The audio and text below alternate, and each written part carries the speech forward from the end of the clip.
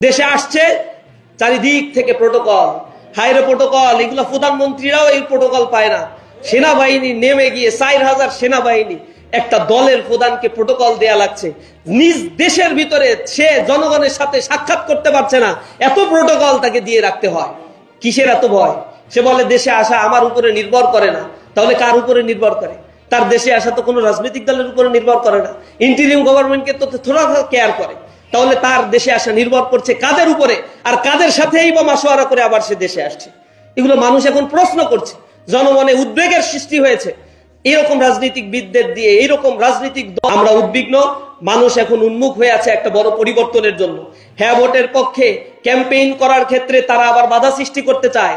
আমরা বলছি জুলাইকে আইনি ভিত্তি দিতে হলে হ্যাঁ ভোটের পক্ষে জনমত তৈরি করতে হবে।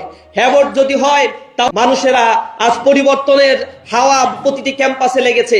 তাদের দলের কিছু দলের নেতাকর্মীরা বলে এই ছাত্র সংসদ নির্বাচন নাকি কোনো ধরনের প্রভাব ফেলবে না জাতীয় নির্বাচনে। তো এই সন্তুষ্টি নিয়ে তারা যদি এতেই খুশি হয় তো আলহামদুলিল্লাহ, খুশি থাক।